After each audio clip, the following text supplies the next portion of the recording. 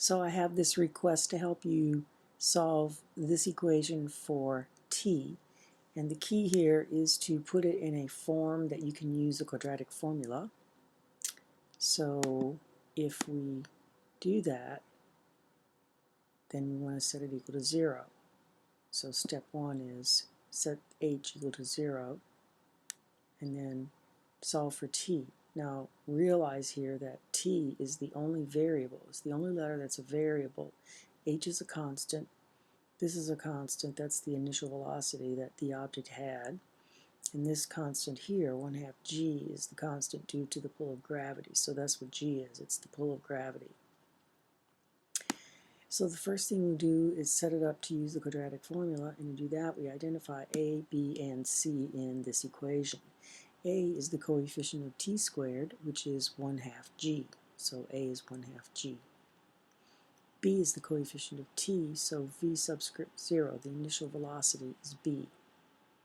And c is the constant, negative h. So now we're ready to substitute these into the quadratic formula, and remember we're solving for t here, we're not solving for x. T is the variable.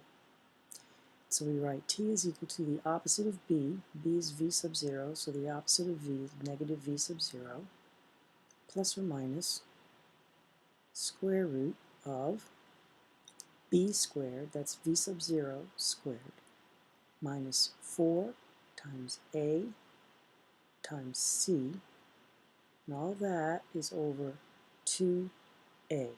So that's just the quadratic formula.